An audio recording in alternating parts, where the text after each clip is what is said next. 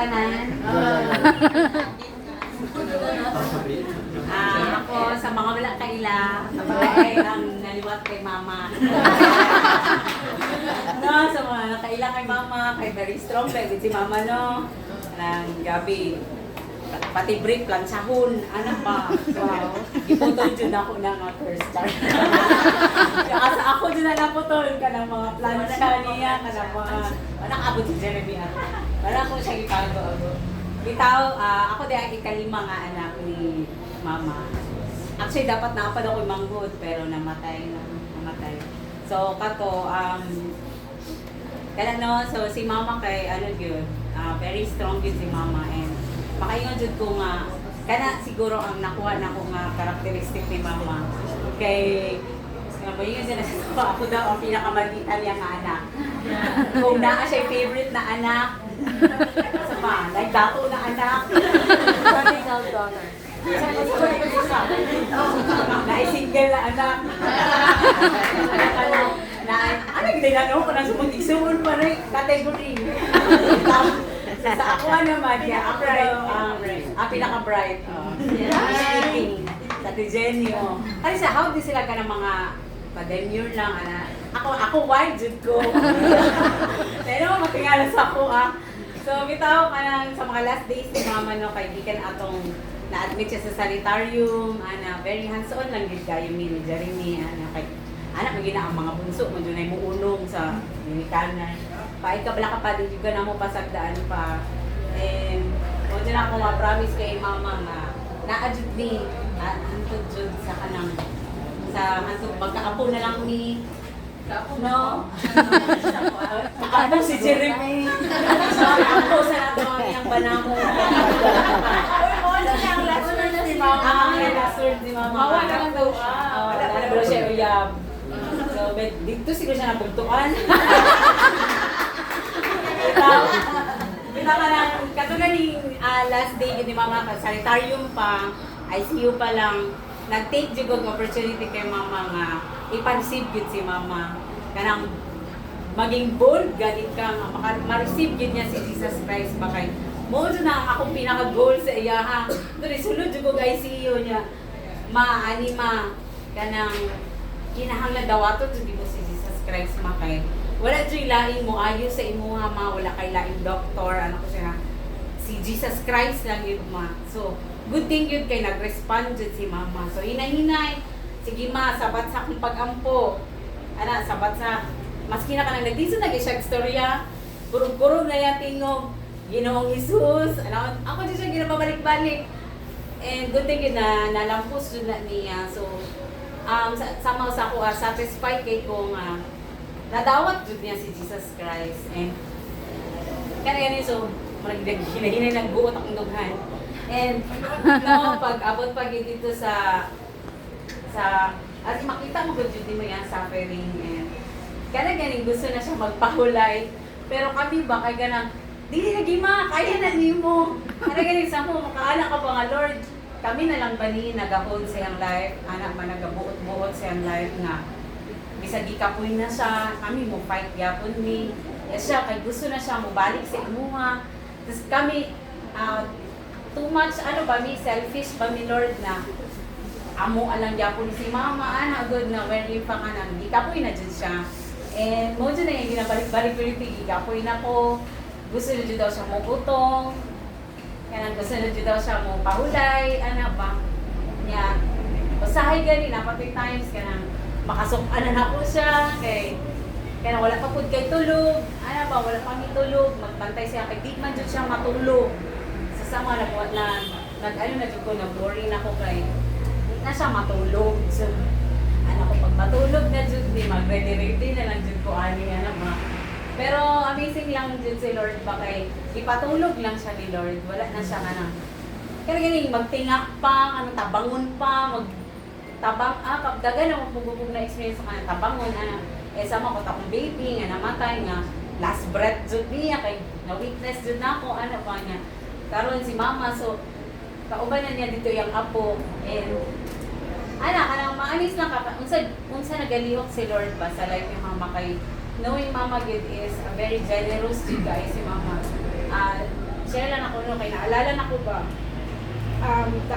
Actually si mama magod kay medyo na nani siya medyo kalagot sa katong una katong nabuntisan ko and somehow kanang dili niya maano ang nahitabo sa ko apa na kay grabe jud si mama mangarap ano ba grabe siya mo ano kanang kay inani ako gusto sa kong mga anak ano ba ma-amaze ko ba kay dili ko tanan mama malingkamot ana good na mo dako iyang mo ano yang mga anak na malampuson jud sa kinabuhi ana ma-amaze ka saya kay katong time jud nga kailangan i-admit si Jaire kay naa siya dengue siya jud ang dito jud mi na restore 5 years old si Jaire dito jud mi na restore pa kay grabe mo jud sa mga nakabalo no grabe jud ang among away tong una and nang grabe adi man away ka nang grabe yang mara nasubo siya sa ako ama na but wala lang jud gina-surrender na din ako tanan kay Lord ang nahitabo sa among life pod and katong time nga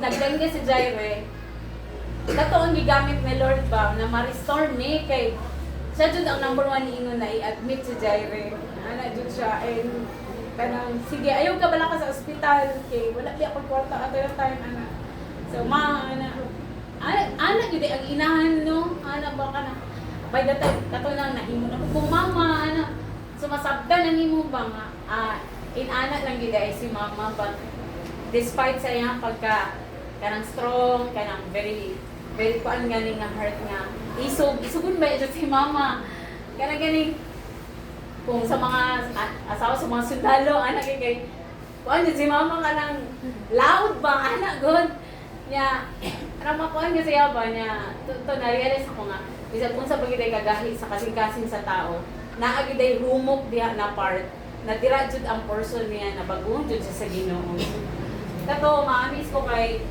sa mga last days ni mama ba dito sa naabot siya sa PLC ana kanang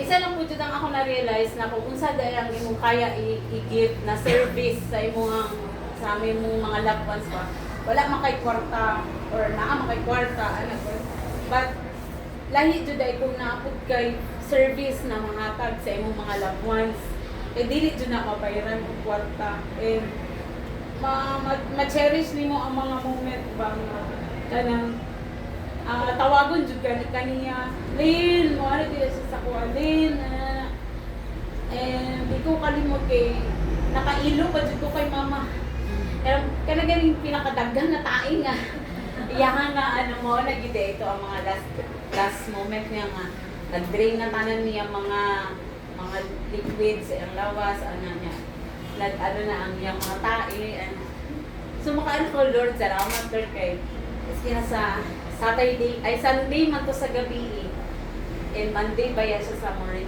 Biblia so nakaano pa dyan ko nga Lord salamat Lord kay nakaserve pa dyan ko sa akong mama for the last ba kanang ma-amaze ka saya ba kay dihan ay ra pud ni Lord ang iyang life ba and dagan jud siya po kanang mga natabangan maski lagay na siya sa ICU naguna-una pa siya sa iyang igsuon kung napadalaan na bala og kwarta ana gani so wala na gani siya nakabalungan wala na dayang igsuon so somehow magkita na to sila sa langit karon no kana salamat jud kay dili naman siya makadungog pero kabalo mo before jud siya kung nabugtuan nakasave pa jud kung I love you sa iya so ana jud ko I love you jud tapos kikis na ko siya sa agtang ana jud ko salamat Lord kay nabuhat pa na ko sa akong mama mabuhi pa siya kay dili pa ya tatanan ana good iba mag-love mag-show gali og kuan kanang mo istorya og I love you sa atong mga parents pag naalay occasion ana ba ato kay gitikin ako to na opportunity nga sige mga kanang katulog kanang katulog sa mga dili gid daw siya katulog so dili mo ana saya ba nga gusto niyo mo siya makapahulay pero dili man siya dili pa kaya ba so at least kanang tanan mga ginagol na ko ba nga mahatag na kay mama is nabuhat na ko siya so somehow magkuan ko comfort sa ako ang mga naagya pun peace pa sa akong kasing-kasing. So katubig na verse, na isa ka verse dyan na nag-comfort sa ako is kana sa Matthew 11 na come to me all of you who were tired and carry heavy loads, heavy burden. So kana ba nga duulan jud kay kay Lord every time na akay mga kabug-aton. So na-sharean pa na ko siya word and ano saya nga ano man siya gusto na daw siya jud mo pahulay. Ngano taas lagi daw kay iyang pag-antos, ngano daw dugay pa siya pag-antos ana iyang sakit. Ano gud kay mga nadungog di mo sa iya ha ba niya. Gipakutana jud nako siya nako ma. Unsa ang imong mga unsa man mga kanang nakay ginakahadlukan, nakay kalagot, na ba kay mga wala pa napasaylo, ina nako siya. And ana gid siya nga wala naman ganisig na siya ginhawa ka kay mga po siya nga tabahin ko yung ginhawa, mga ito siya ginhawa. Ginabalik lang naman siya kay Lord. Kay Lord lagi pa kayo ginhawa, dili sa amuan. Ginabalik lang naman siya. Ya, maami siya kami. Respond mo po siya, Ginoo, tabahin ko, Ginoo. Tabahin ko, makaginhawa pa ko. So, at least ka nang, sa yung mga last days, baka ginatawag yun na ang Ginoo. Mabalik yun siya kay Lord. So kana, salamat kaayo sa tanan ng adto, ikanyo sa first night, no, sa inyong mga prayers, sa inyong mga substance. Salamat kaayo tapos kay natabang na sa among family and wala jud mi nagdahom nga kanang in any good ma-provide lang ang tanan ba kay dili ba unexpected good ba yan yung mga inanin na mga magtabo ba. So salamat kaayo ha sa tanan and no, pagano naman ta si Mama Nana jud kay Lord. Thanks.